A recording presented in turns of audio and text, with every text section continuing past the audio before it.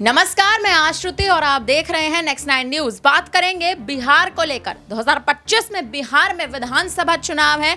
243 सीटों पर विधानसभा चुनाव होने जा रहे हैं। नीतीश कुमार को चुनौती देने के लिए कहीं ना कहीं तमाम बड़े नेता रणभूमि में उतरते नजर आ रहे हैं। लेकिन सवाल अब इसी बात पर है कि जो नया चेहरा इस वक्त बिहार की राजनीति में पनपा है, यानी प्रशांत किशोर। देखा जाए तो राजनीति में नए चेहरे नहीं है, लेकिन अपनी पार्टी का गठन करने के बाद प्रशांत किशोर के बयान जरूर तीखे साबित होते नजर आ रहे हैं। आपको बता दें, प्रशांत किशोर ने हाल ही में अपनी पार्टी जनसुराज का गठन किया। जनसुराज बनाते ही प्रशांत किशोर ने नीतीश कुमार पर तीखे हमले बोल डाले।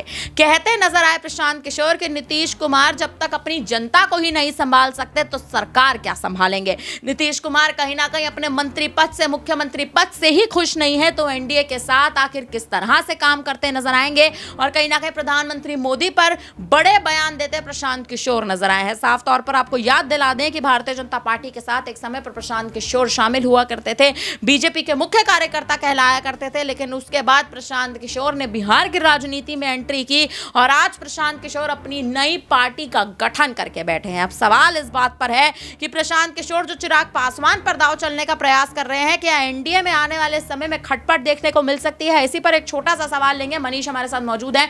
मनीष, क्या लगता है चिराग पासवान पर कहीं ना कहीं प्रशांत किशोर का दांव चलना, नीतीश कुमार आखिर इस पूरे मुद्दे पर क्या अपनी भूमिका या फिर क्या अपना बयान दर्ज करते नजर आ सकते हैं? क्या आप मुद्दा देखते हैं?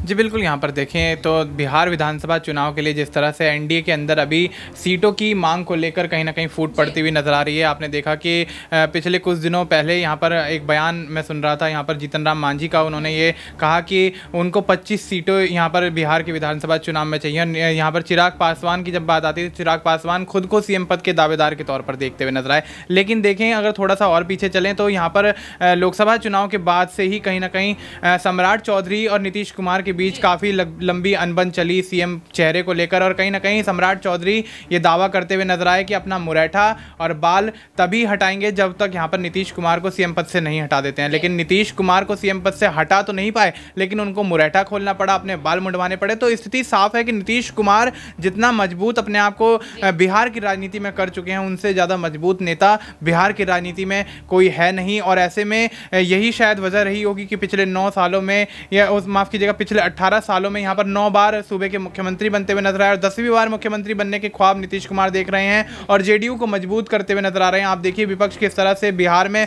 भ्रष्टाचार, नीट पेपर लीक और पुल के गिरने के मामले को लेकर, बिहार में बढ़ते अपराध को लेकर नीतीश कुमार को घेरता हुआ नजर आया। लेकिन नीतीश कुमार बेबाकी से और बिंदास अंदाज में कहीं ना कहीं बिहार की सियासत को आगे लेकर चलते हुए नजर आ रहे हैं और बिहार विधानसभा चुनाव में 10वीं बार मुख्यमंत्री बनने की पूरी तरह से कवायद में जुटते हुए नजर आ रहे हैं। बात प्रशांत किशोर की जाए तो प्रशांत किशोर 2 अक्टूबर को पार्टी का अपनी गठन कर चुके हैं और बिहार विधानसभा चुनाव में 243 सीटों पर चुनाव लड़ने की बात कहते हुए नजर आए हैं। और ऐसे में एमवाई फैक्टर जो कहीं ना कहीं नीतीश और लालू के लिए एक बहुत बड़ा फैक्टर है, मुस्लिम यादव का, उस पर भी कहीं ना कहीं सेंधमारी करते हुए प्रशांत किशोर यहां पर दिखाई देंगे। क्योंकि प्रशांत किशोर ये कहते हुए नजर आए 40% यहां पर मुस्लिम उम्मीदवार वो बिहार विधानसभा चुनाव में अपनी पार्टी से उतारते हुए नजर आएंगे। तो स्थिति साफ है कि कहीं ना कहीं यहां पर नीतीश कुमार और लालू प्रसाद यादव दोनों पर ही प्रशांत किशोर हमले बोलते हुए नजर आए और उनके खिलाफ बयानबाजी भी करते हुए नजर आए। तो अब ऐसे में प्रशांत किशोर किस तरह से यहां पर बिहार की राजनीति में अपने आप को साध पाते हैं, किस तरह से वोट बैंक पर अपनी पकड़ को मजबूत बनाते हुए नजर आते हैं, कितने वोट बैंक वो विपक्षी पार्टियों से खींचने में कामयाब रहते हैं, ये देखना दिलचस्प होगा। लेकिन अगर बात की जाए नीतीश कुमार की, तो नीतीश कुमार मुख्यमंत्री बन पाएंगे या नहीं, ये एक बड़ा सवाल है, क्योंकि एनडीए के सहयोगी दल उनकी मुश्किलें बढ़ा रहे हैं। अब बात की जाए नए चेहरे की, जो कि प्रशांत किशोर है। प्रशांत किशोर भी कहीं ना कहीं आश्रुति बिहार की राजनीति में नीतीश कुमार की सत्ता को हिलाने में कहीं ना कहीं कामयाब हो सकते हैं। प्रशांत किशोर कहीं ना कहीं इस वक्त नीतीश कुमार की सत्ता को नींव से हिलाने में कहीं ना कहीं कामयाब साबित हो सकते हैं। लेकिन देखना अब यह है होने वाला कि प्रशांत किशोर का एक दांव नीतीश कुमार की राजनीति पर क्या प्रभाव डालता नजर आएगा। फिलहाल अब इस पूरी खबर पर आप क्या कहेंगे, इस पर अब आपकी क्या राय बनेगी, आप हमें अपनी राय कमेंट करके जरूर दीजिएगा। बने रहिए हमारे साथ, तमाम बड़ी खबरें देखते रहिए नेक्स्ट 9 न्यूज।